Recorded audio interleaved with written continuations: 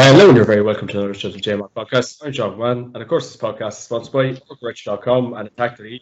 Use the promo code JMAC Podcast to get 15% off NorcoRich.com and get the best skins, gloves, equipment on Atak.ie. Be attack-minded, and if you like what you're seeing, like and subscribe to YouTube. Sports has been absolutely brilliant so far. And tonight I'm joined by my good pal Kevin McGourty to do a review of the All-Stars football team for 2021 and a general chit-chat and a review of the year and a look into next year as well. So Kev, how are you keeping?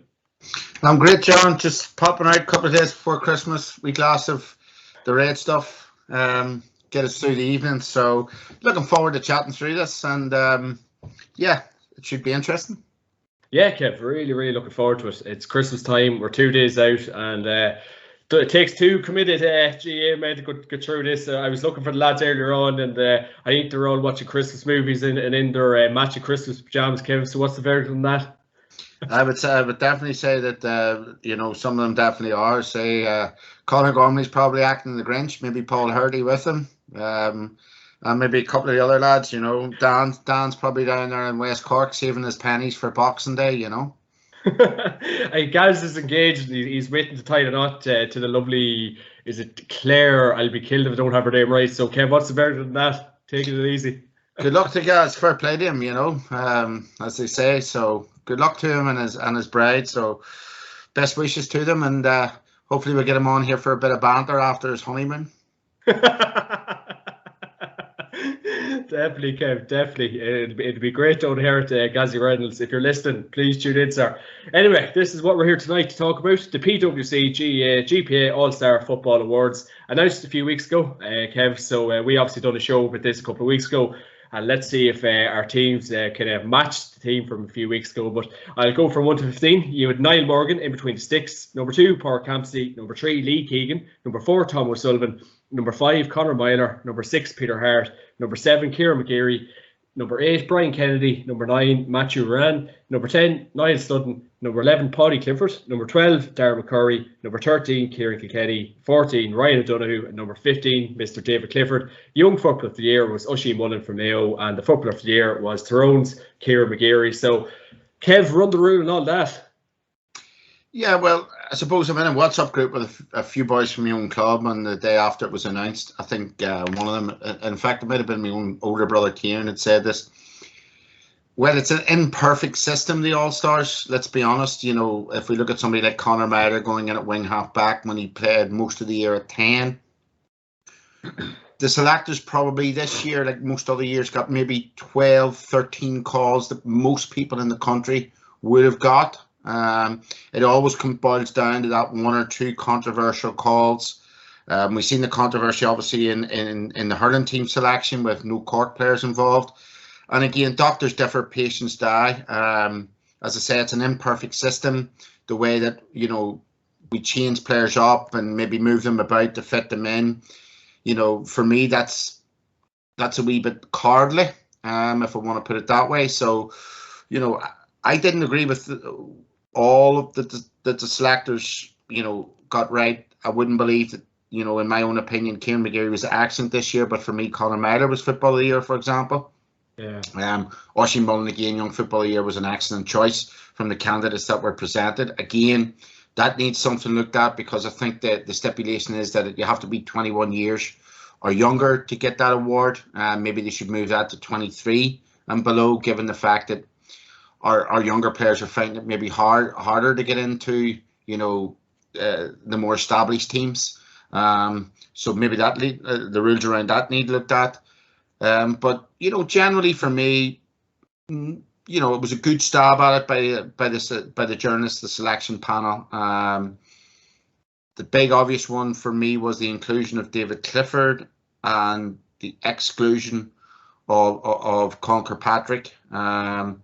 2 massive debating points for lots of people. As I say, even within my own WhatsApp group, that was the subject of maybe 100 different messages. So, people will debate that throughout the country. We'll all have different opinions. I'm sure the selectors did, but generally overall, a decent stab by the selection committee.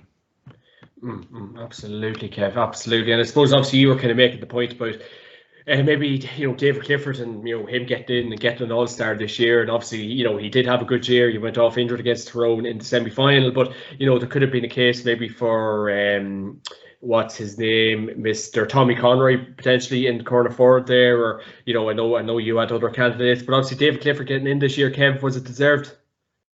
I suppose that was the subject of a lot of the WhatsApp messages that went around and a lot of the debate around things. And I'm sure the selectors talked about this in their own private realm. Look, David Clifford had, by his own standards, and I heard Tomás O'Shea say this on RTE Radio, Morning Ireland actually on RTE Radio, and by his own standards, it was a pretty and quiet enough year. And again, let's caveat this: we're talking about the best player, the best naturally talented player in our game at the minute. He did kick, I think it was 8 points in the semi-final against Tyrone.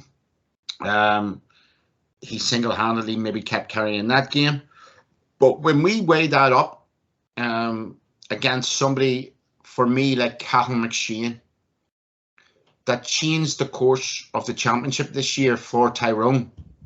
The effect that he had on the Tyrone team is unspoken. I mean, for me, it's a wee bit of a when we look at the whole year and we talk about Mayo, we talk about McGourty, we talk about Tyrone as a rounded performing team. We talk about the resurgence of Petey Hart and of, the full back line and Morgan as a group together. We forget about that impact that Cal McShane had on the business end of the season. If we look at, the Americans or the Australians in sport, they don't talk about how you start. They talk about that championship quarter or how you finish. And, when it came to the bit in the big games, yes, he was a sub, and that was what Tyrone decided this year, the management team, and they got it right. But the impact he had on the championship this year, I think it was 2-3 or 2-4 he scored in the All-Ireland semi-final, stroke final. That was major. And for me, for that to be overlooked, that was a massive call. And I don't think it's being talked about enough because this one guy had a huge dimension on the championship. And he had a huge, he was a huge factor in why Tyrone have Sam Maguire right there at the minute. Absolutely, and obviously going off, but just before, just to start the second half, it was a huge blow for Kerry, and obviously Kerry kind of ran out of threats, and obviously we can maybe talk about Kerry's year and Kerry's year ahead, so a lot of talk points in that, and obviously you're kind of referencing the fact kind of moving back towards the team, and obviously it probably was very kind of Tyrone dominated, and I did make a case for Ronan McMahon to get an all-star, and I know obviously they don't want to completely dilute the team with Tyrone players, but at the end of the day, Kev, I think Ronan McMahon actually had a sensational year. Maybe him instead of Tom O'Sullivan, or did Tom deserve it more than Ronan, or what was your verdict on that? Not to be ultra-centric about it, but I think you make a good point. Again, it's a point that many people have made, again, in WhatsApp groups or whatever else, that arguably there was a resurgence in Ronan McNamee's game this year. He was, as I said to you in a previous podcast, I made the point that he should have made the All-Star team this year. From my own perspective, I think that Ronan possibly had his best year in the last 3 or 4 in a Tyrone jersey. He was given most of the hard tasks. Yes, look, when you look at him against David Clifford in the semi-final, that's a hard task for any modern defender. He stood up well. He was excellent in the final against Aidan O'Shea. And as I say, he's the heartbeat of the Tyrone team. He's this guy that comes out all the time, and he's excellent in what he does, and he gives us all. So I was a wee bit disappointed there for him. I thought he had 5-6 consistent games in the championship. Again, doctors differ and patients die. People maybe look at Tom O'Sullivan's performance and maybe in the Munster Championship, look, with all, in all fairness, he wasn't marking the same caliber of player throughout the championship as Ronan McNamee was. So that was a tough call, in my opinion. Absolutely. And obviously, like the year that he did have, and I know obviously they have to kind of include the kind of Kerry boys, and obviously they did get to an All-Ireland semi-final, fair enough. And I know a lot of people kind of saying about David Clifford getting in, but maybe does that kind of maybe show the maybe unbalance in the All-Stars? Because I know obviously Ronan McMahon did have a great year, and I know there was a lot of calls for Thomas Sullivan to get Kev, but like does that maybe bring a bit of an imbalance to it, or a bit of disrespute maybe of you, as you maybe have referenced before? Because realistically, Roney really was in with a massive shoe in. Yeah, look, it's as I said at the very start of this conversation, it's an imperfect system, and it will never be right, I suppose, when you have journalists picking it from different parts of Ireland who have different views, who watch different games, who see very different things. Also, then the GPA maybe have a say in this. I'm not exactly sure what's their role within it. So, look, it's never going to be completely, great every year. I mean, we had the obvious case back in the 90s where Bram Whelan was named Hurler of the Year but didn't make the All-Star team. So I mean, what was going on there? Nobody knew. So it's not the best system in the world. Again, as I say, I said Conor Maher, he gets in at number 5. Look, is that great? He was laying out of 10 all year. If you're looking at a modern day forward, you're looking at them scoring. You're not just looking at their defensive thing. So did they weigh all that up? So there's all sorts of different conversations. The league performances count anymore. I mean, Conor Glass from Derry didn't even get a nomination. Yet, if we look at his league performances, every paper up and down the country was talking about how good his league performances were. So do they count anymore? If they do, maybe that sort of tells us why Kieran Kilkenny got in, because it was consistency, throughout the league and throughout the championship. So all of these are unanswered questions. It's an imperfect system. As I say, we can chop and change it all we like. It's never going to be perfect. And again, it just comes down to opinions. But as I say, I think the main takeaway from it is I don't think maybe anybody can argue with 12 or 13 of the calls that the selectors made.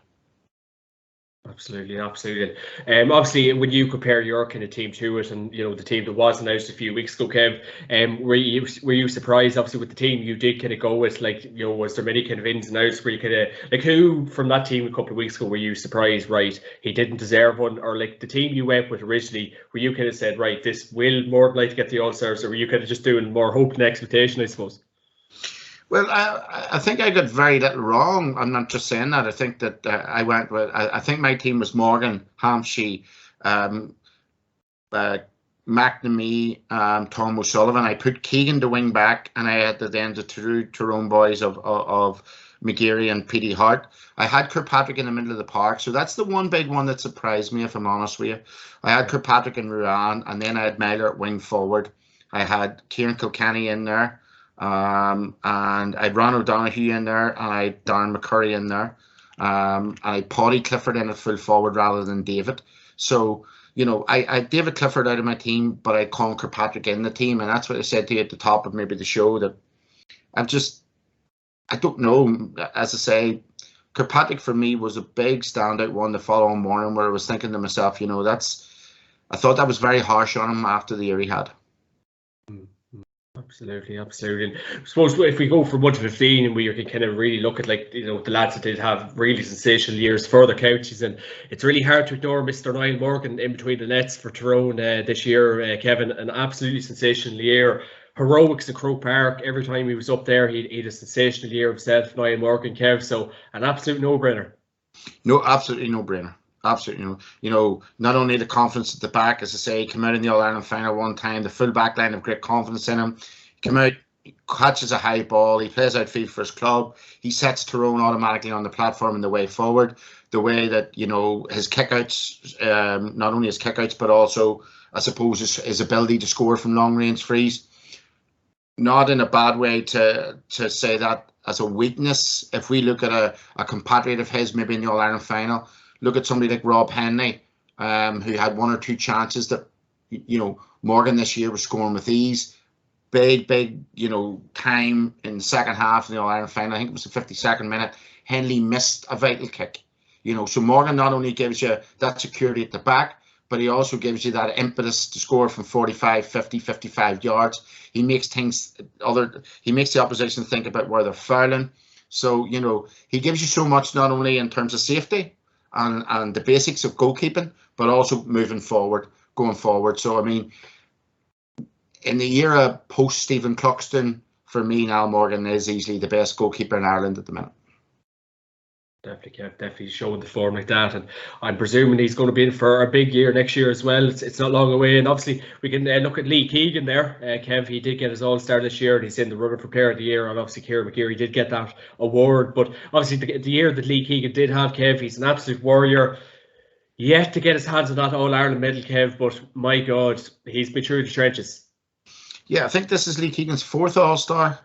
So most of them have been in either wing back or centre back, but obviously now he's adopted again. It shows the ability of the player that he's gone into the full back line over this last year and a half, and his abilities in there. But the other thing that impressed me about Lee Keegan more than anything is not only his football ability, but his passion and leadership in both the second half against Dublin, when Mayo really came out, and he was to the vanguard really of how that team got on the front foot again, but also taking the game to Tyrone when when the All-Ireland final, when they looked sort of dead and buried, 15 minutes to go or so, Keegan was always up there. He's full of running, full of energy, you know what you're getting out of him 100%. So, Lee Keegan was the one no-brainer, I would say, this year out of the Mayo team who was going to get in the All-Stars.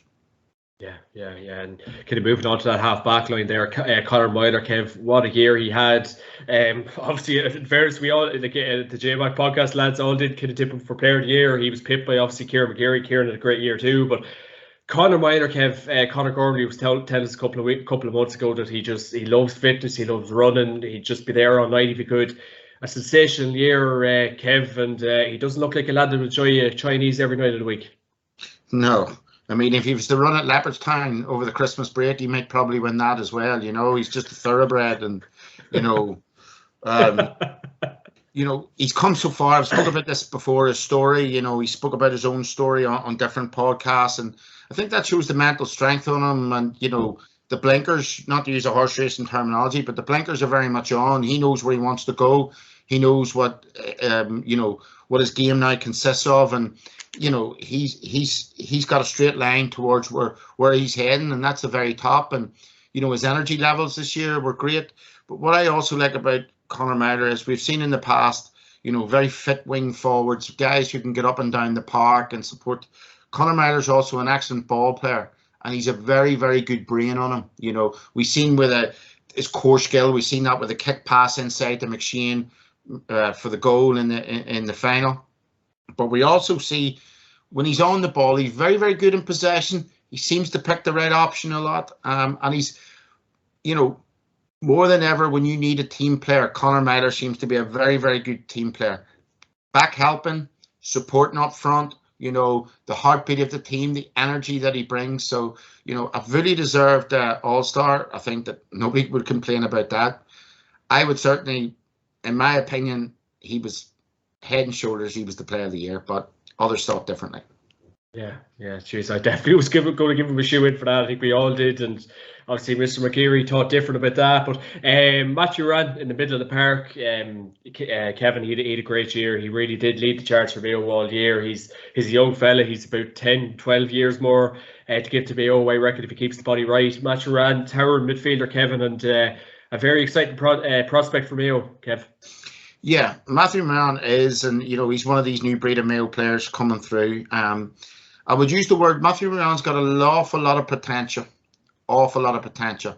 We just need to see a wee bit more of it over the next, 24 months, 12 and 24 months. Him coming through to be a real top class player. He has all the attributes. He's very athletic, up and down the park. He's got decent ball skills. He can take a score. He's back out helping in defence. And I suppose him and Colin Kirkpatrick are sort of the people that I'm talking about, maybe even Brian Kennedy, where this rule of, the young player of the year has to be 21 or below. That was most of these guys' first or second season. They're 22, 23, 24. Maybe the rules should be changed to, if they don't get an All-Star, to look at maybe them sort of guys getting, young footballer of the year. But certainly Matthew Ran is somebody that, James Horn's going to be looking at a big season out of next year. And the other thing about him is, we'll be looking towards his leadership skills, the middle of the park, obviously catching and winning primary ball. So that's going to be a big area for Mayo next year. He's going to need to be stand up and be counted if Mayo were to make another go of it next year, getting back to the final. Psychologically, they're probably not in the best place in the world. Obviously, Lee Keegan's getting on in years. Maybe the likes of Kevin McLaughlin, guys like this. Colin Boyle is now retired. So, you're looking for new leaders all the time. You're looking to reinvent yourself. Obviously, young O'Donoghue stood up last year. Tommy Conroy's now coming to the fore. But Matthew Ryan needs to really become a leader in the next 12 to 24 months for Mayo. So, deserved this year some good performances, especially semi-final against Brian Fenton, who, as we know, is probably pound for pound easily the best midfielder in the country over the last 6 to 7 years. So, good signs, good bright spots, good potential. Let's see a wee bit more. No doubt we will, Kev. No doubt we will, because he definitely has youth on the side. And you're a fan of this man, Paddy Clifford. I think the whole country is after the year he had. Mr. Playmaker, missing up and down the pitch.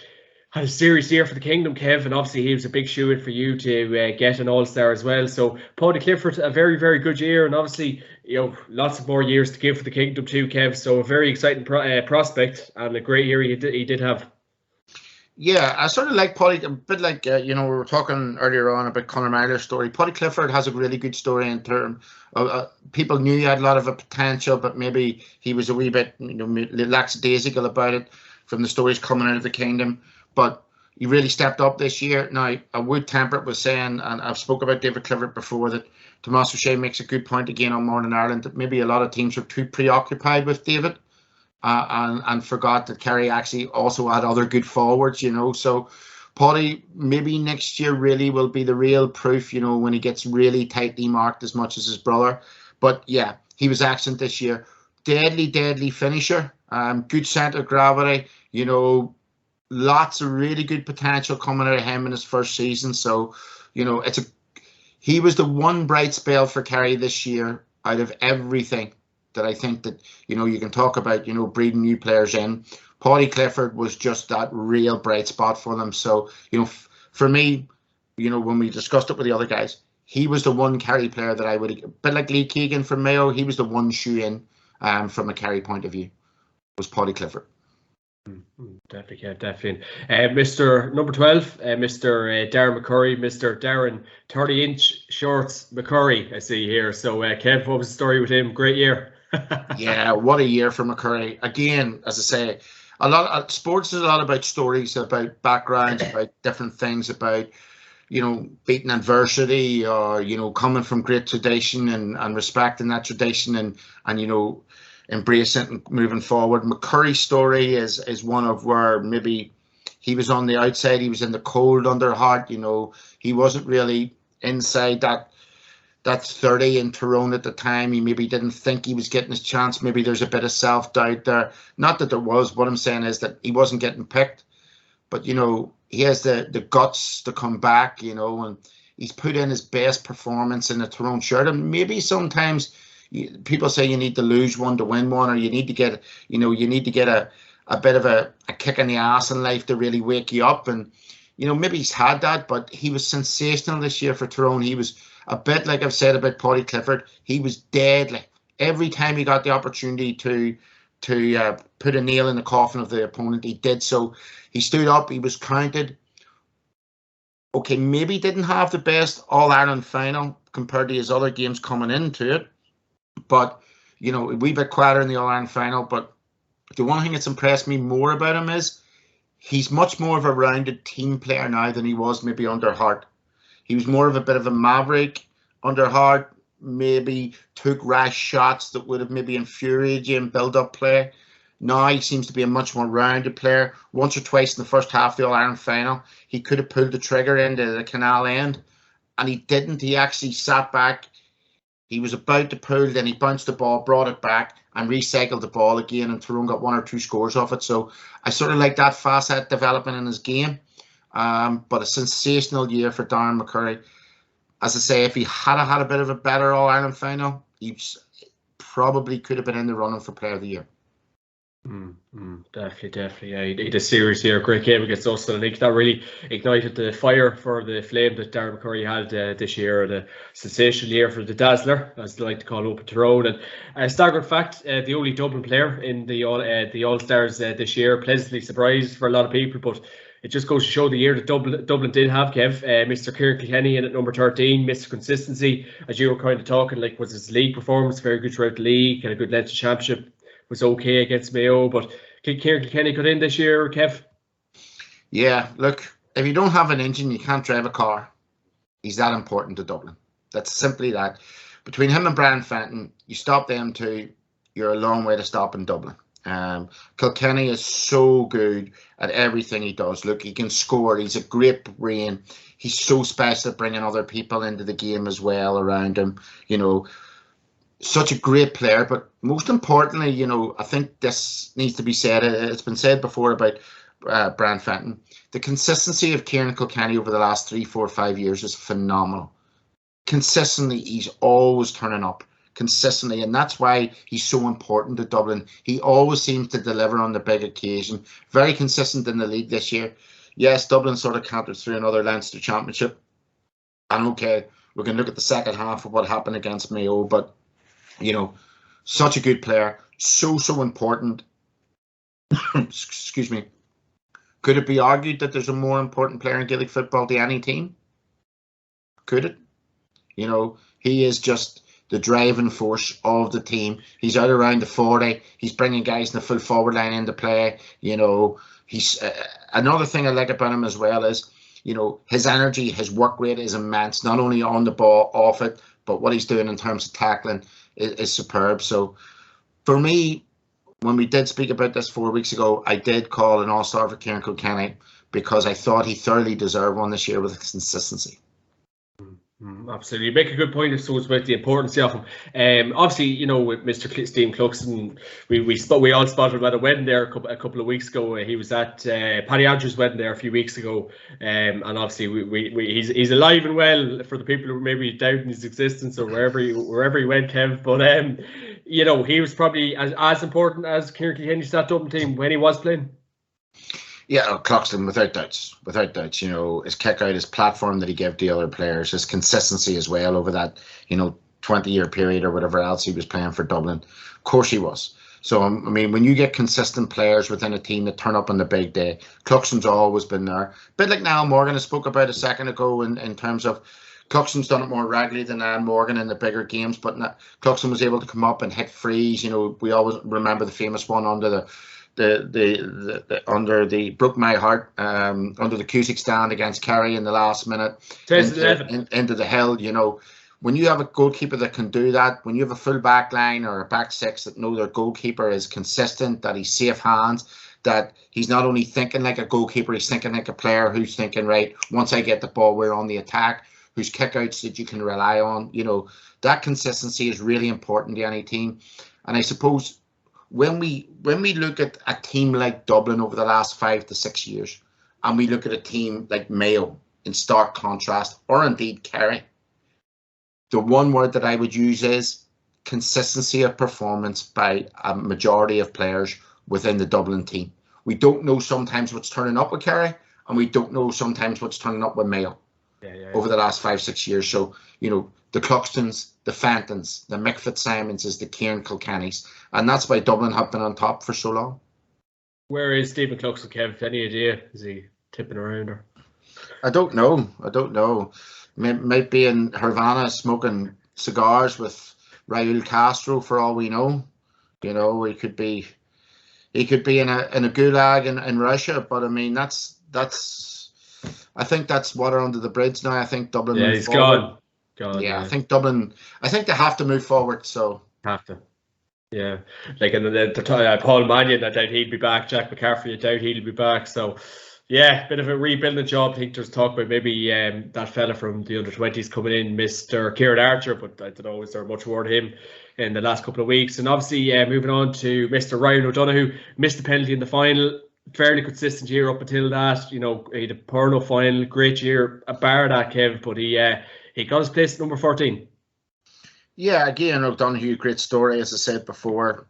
This kid is, by all accounts, don't know him personally, but by all accounts, an absolutely exceptionally talented sportsman, many sports. He's come back. I think he was in professional soccer for a while. He's come back in. He's made a real difference to Mayo this year.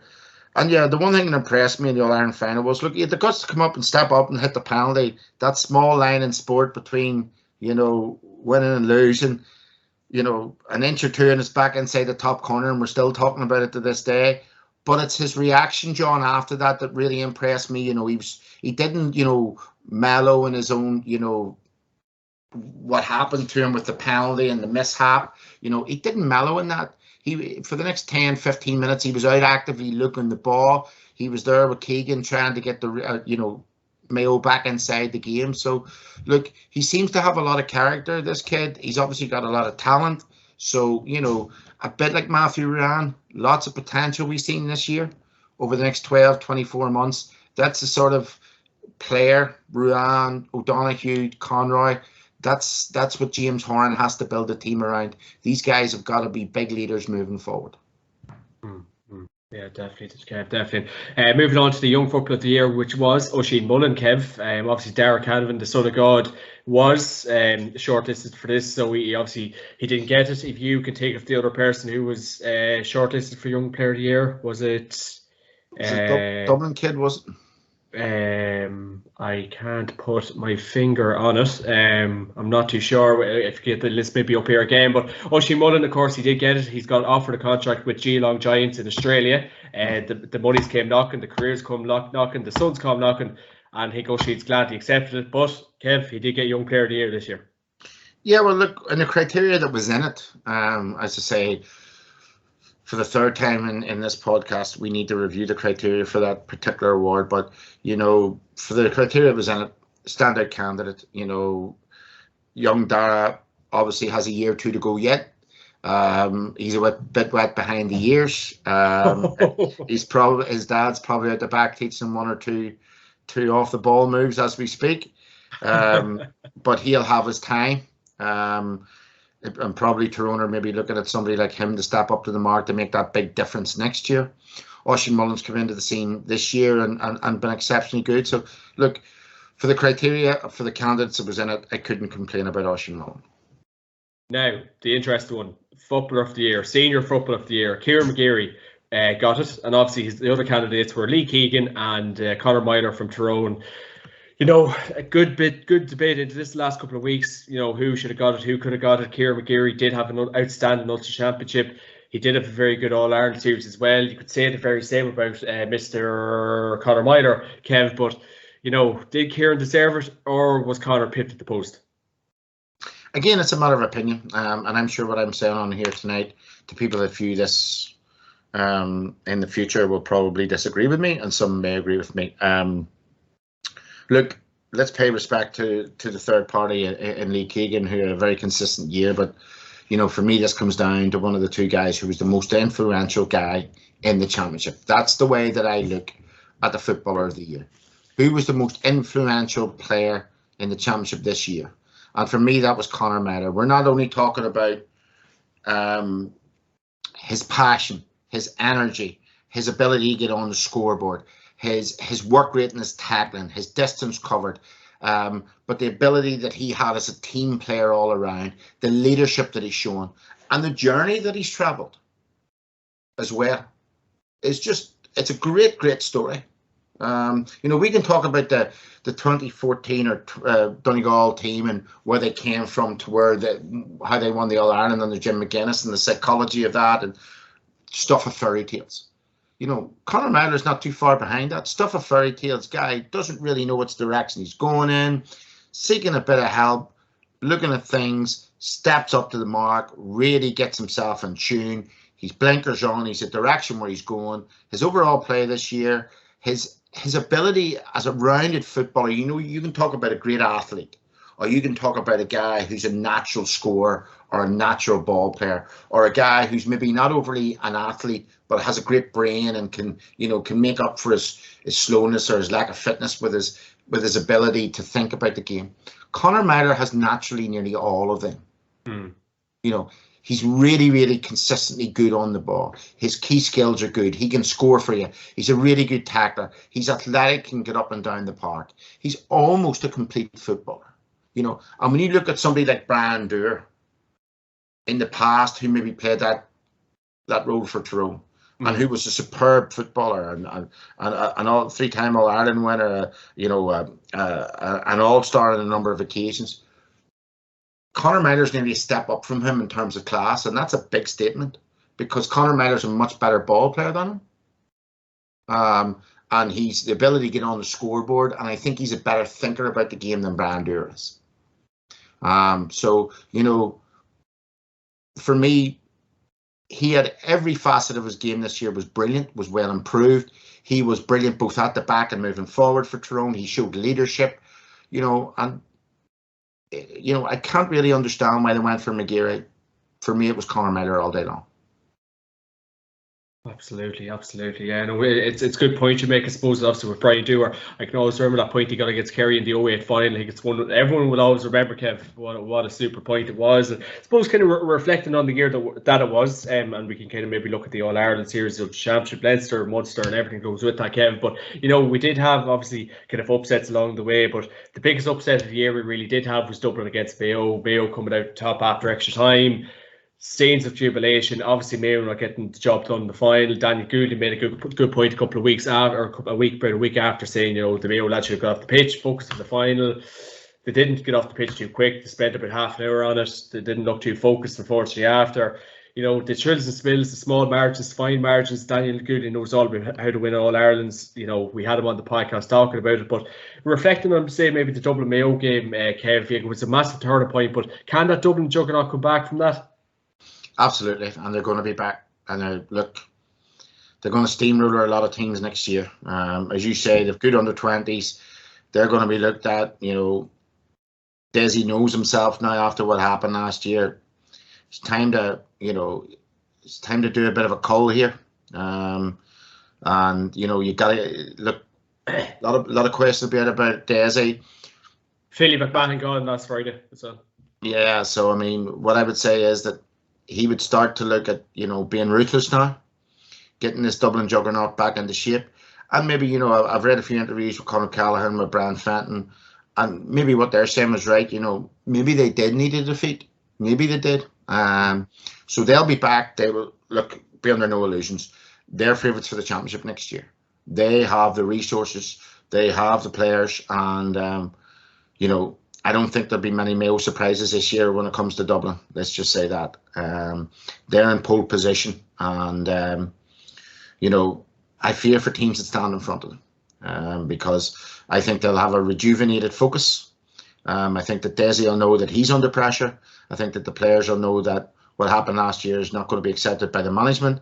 And, you know, just because you've won 3, 4, 5 All-Irelands beforehand, that you'll automatically be guaranteed a starting spot or under the 24 or match day 26, whatever else it is. I don't think that'll happen.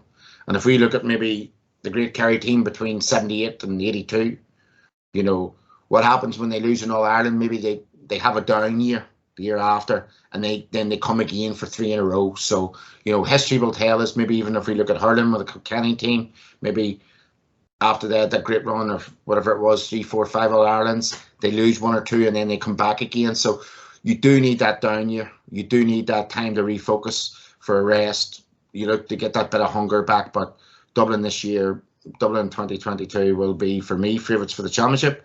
And I have no doubts they'll be back with a renewed hunger.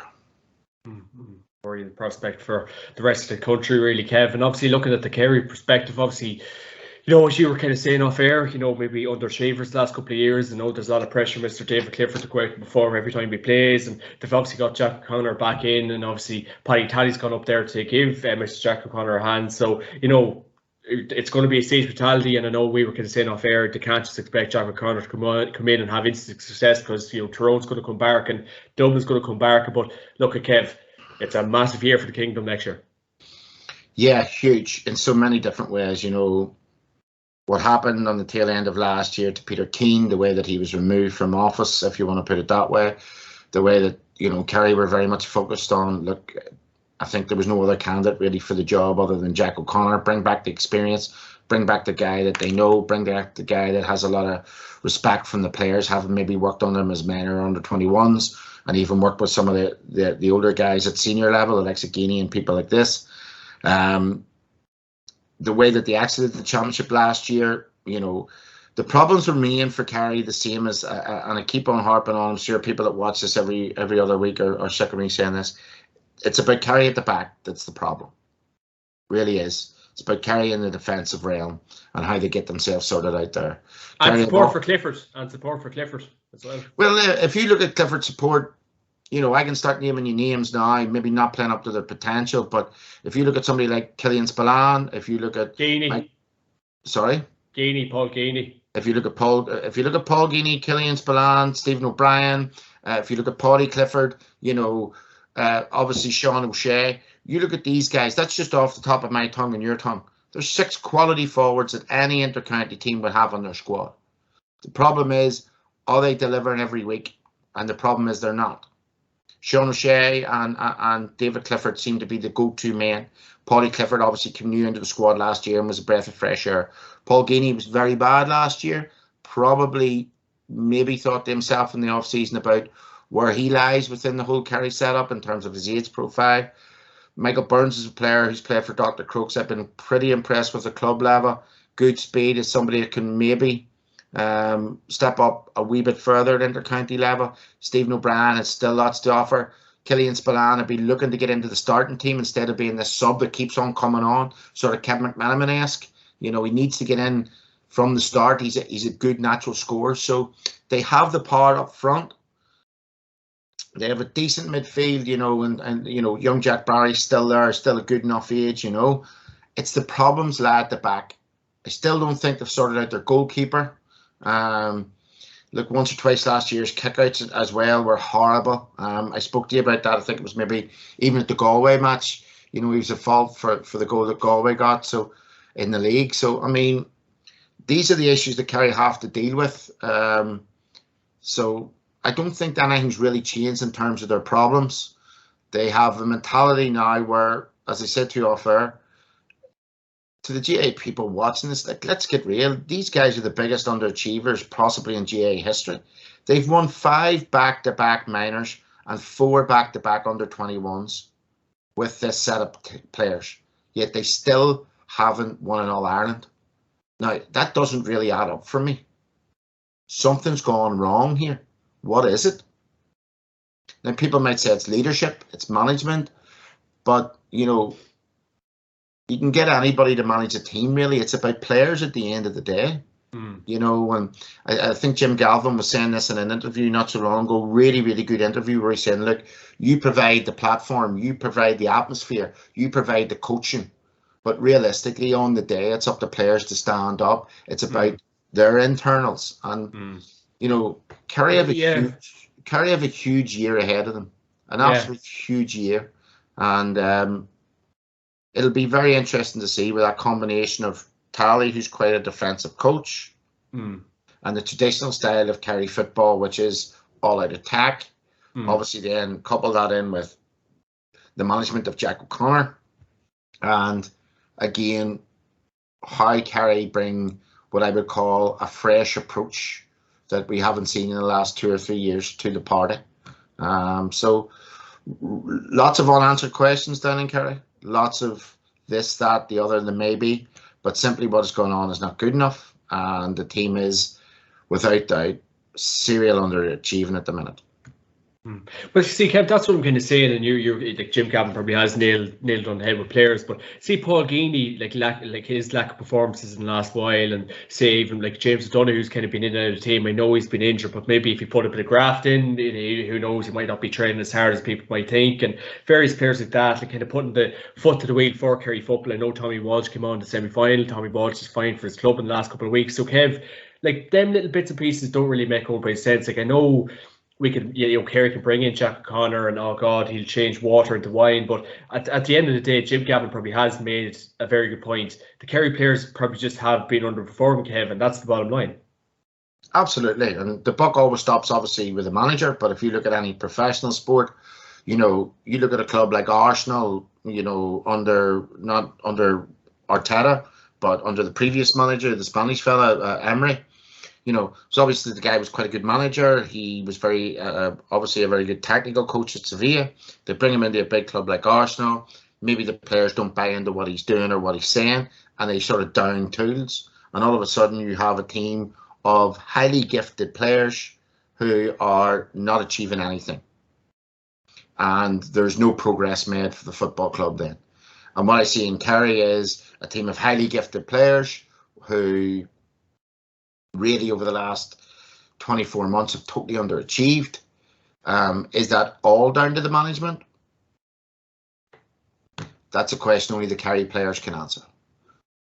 You know, ultimately, even if the training isn't good enough, even if the preparation isn't good enough, even if it isn't as good as, you know, the last 5 or 6 years that somebody like Paul Geaney had been used to, the end of the day is these lads are having the opportunity to represent Kerry and Croke Park, and they're consistently failing.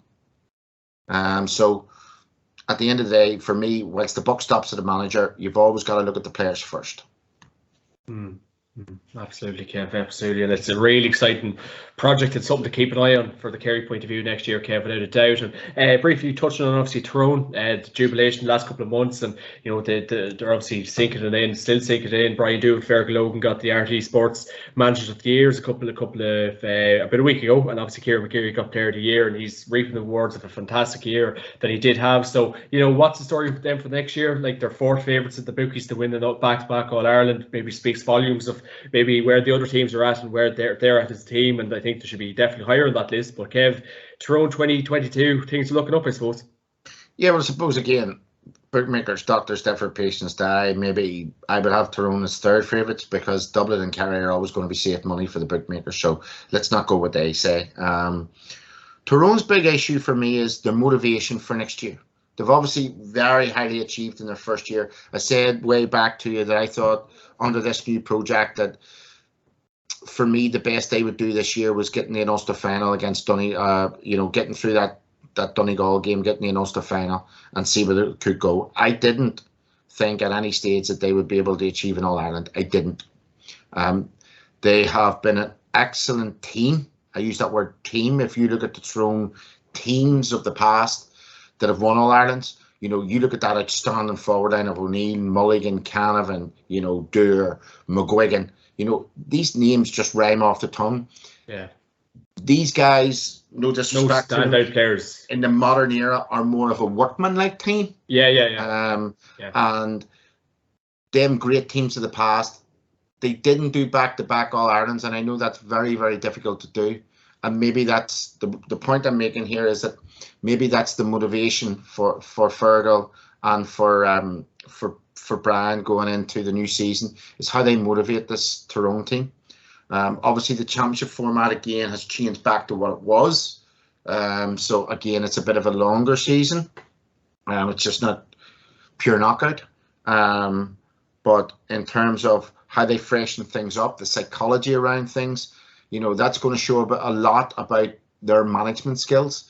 Also, the good thing about Tyrone is they've 2 or 3 kids to bring into the party here who are excellent footballers. A couple of kids, the Greys from Trillick are in about. They're good quality forwards. You've got obviously Darragh Canavan, who's going to be pushing for a place now in the team, and maybe 1 or 2 other guys that maybe spotted at club level. So maybe for Fergal and for Brian, they're maybe looking at guys coming in now who are going to ruffle the feathers a wee bit in over the McKenna Cup and over the National League. So look, it's going to be hard for Tyrone to go back to back. There's no doubts about it. A rejuvenated Dublin, a Jack O'Connor's Kerry, who, you know, at the minute must be very hungry, and you know, a Mayo team that, you know, are always going to be thereabouts. But you know, after last year, I'm not going to say anything about Tyrone because I didn't think they'd get as far as they did. But as a team, they are a phenomenal team. They're very close. They work for one another. You know, last year they blew me out of the water with that workman-like ethic, and you know, who's to say they can't do it again in 2022? It looked like they recovered well from the COVID for just in time for the Kerry game that time as well.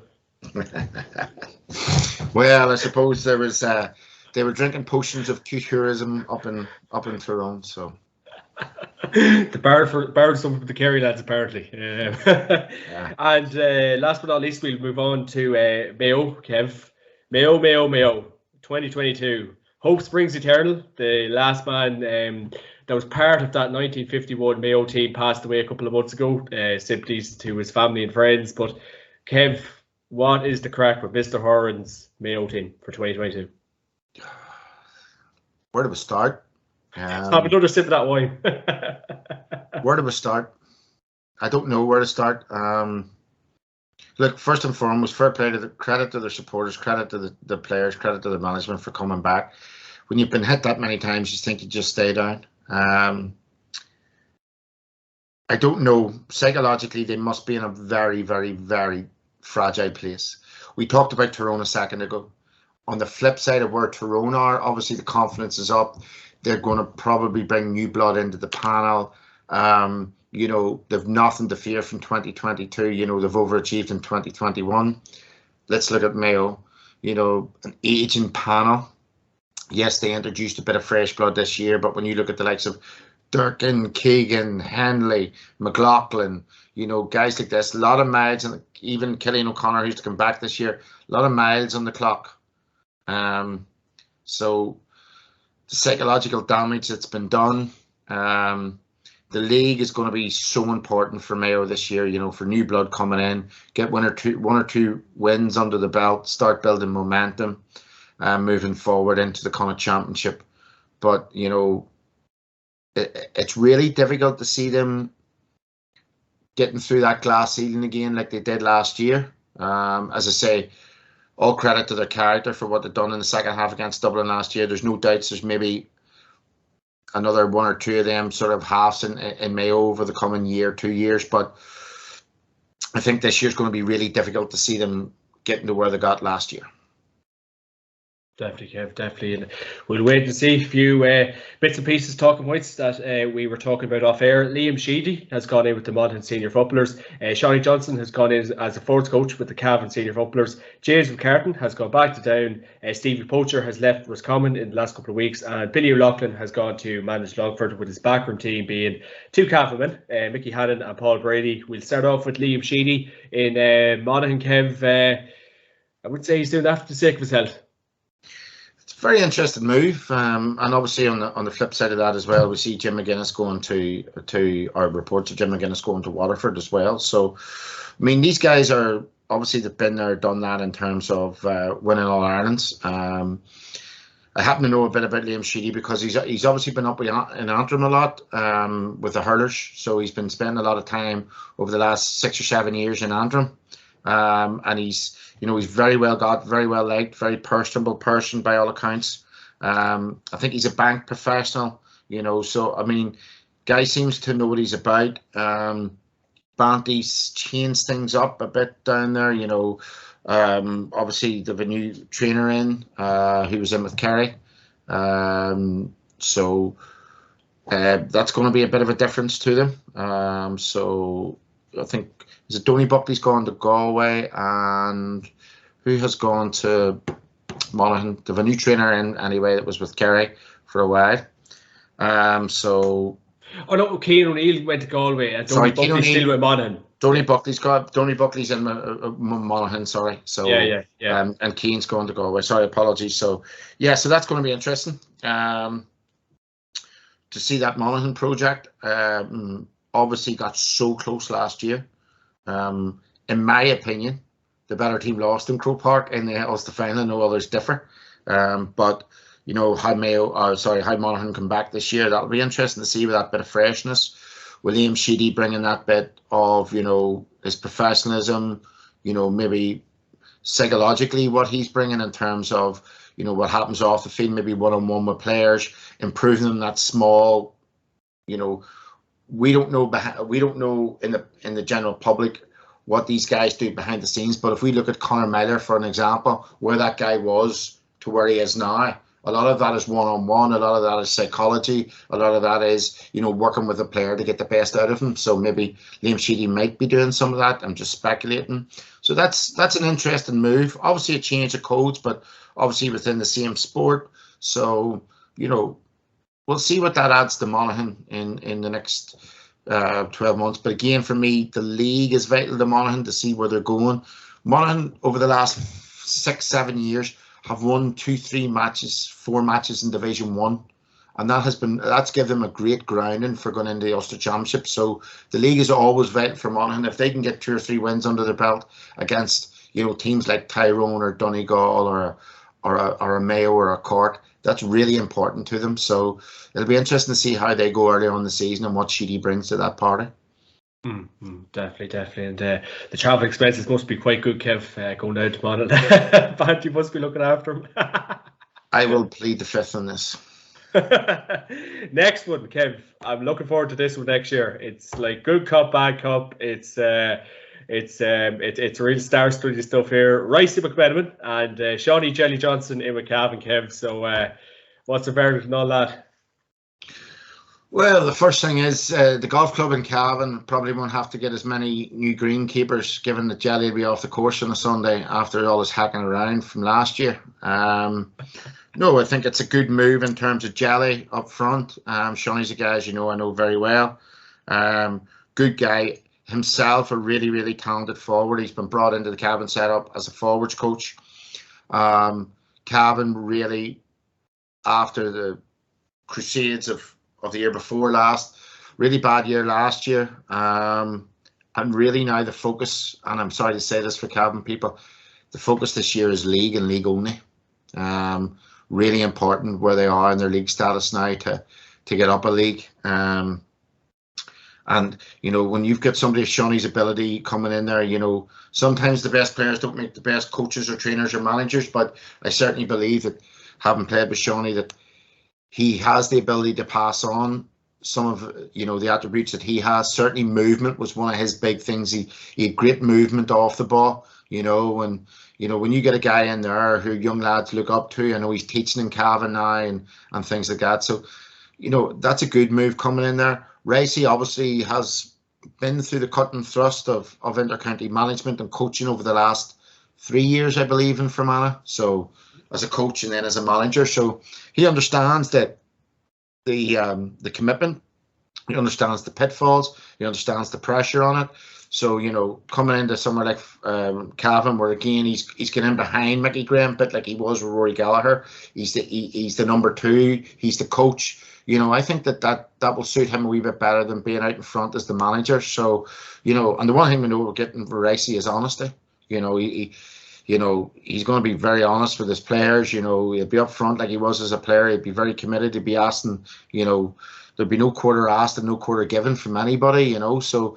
He'll bring that bit of cut and thrust to it. So, for me, 2 decent additions there. Mickey Graham, look, he had to change it up after last year. It was a disaster. And that's the way it is. And fair play, I was talking about, Desi Farrell getting ruthless, with his Dublin team this year. Fair play to Mickey Graham. He's looked at his background team. He's looked maybe at the squad and said, look, I'll have to change this up majorly if I'm wanting to go any further. So he's done that, and let's see how it goes. I believe the Ricey move came in a very professional manner. So it wasn't by pints anywhere in the Boar's Head, no. Hugo probably didn't give them it for free either. He was probably looking at $8.70 a pint. The Jelly Johnson one came about. I think they're out for a game of golf or something like that, or kicking points in Terry Coyle. Yeah. Same old story. James McCarthy down, Kev. You were very interested to talk about this in our JMAC podcast WhatsApp group, but some of the lads had other stuff to do. I think it's stuff to do with their family and look after their women, Kev, and they were too occupied, Kev. But I'll give you the floor on this one. James McCarthy, James back with down. Yeah, James and Aidan were rocking with him. Look, 2 guys I know very well. I was very lucky to play under them for a couple of years at Queen's, win a Sigerson with them. Great committed guys. Is there a better guy that knows down football at the minute than James McCarthy? No, not internally. Absolutely not. He's been with the Miners for a few years, and I know that's been a bit of a struggle. James McCarthy's management career has been a bit like his football career, has been quite successful. He took a down team in 2010. Nobody really expected to do well. to an All-Ireland final. You know, he took my own club to a championship here in Antrim. He had been involved in Burn. I think he took them to a couple of county finals. Didn't really work out for him in Ballinderry, but you know, he gets teams going and motoring in the right direction. Down this year sort of seemed to have other people lined up for the job, and then it just didn't come out. James will know all the kids coming through. In Aidan, he's got a guy who, again, I have a lot of respect for. Very shrewd in terms of tactics. Coaching-wise, would be very up-to-date. Works at Queen's as a professional in this area. You know, my big issue is I don't think they've got the players. James will certainly bring, Aidan will certainly bring the tactical ability. He'll certainly bring top-class coaching. James will certainly bring that passion and hunger. And players in Down will certainly want to play for James McCarthy.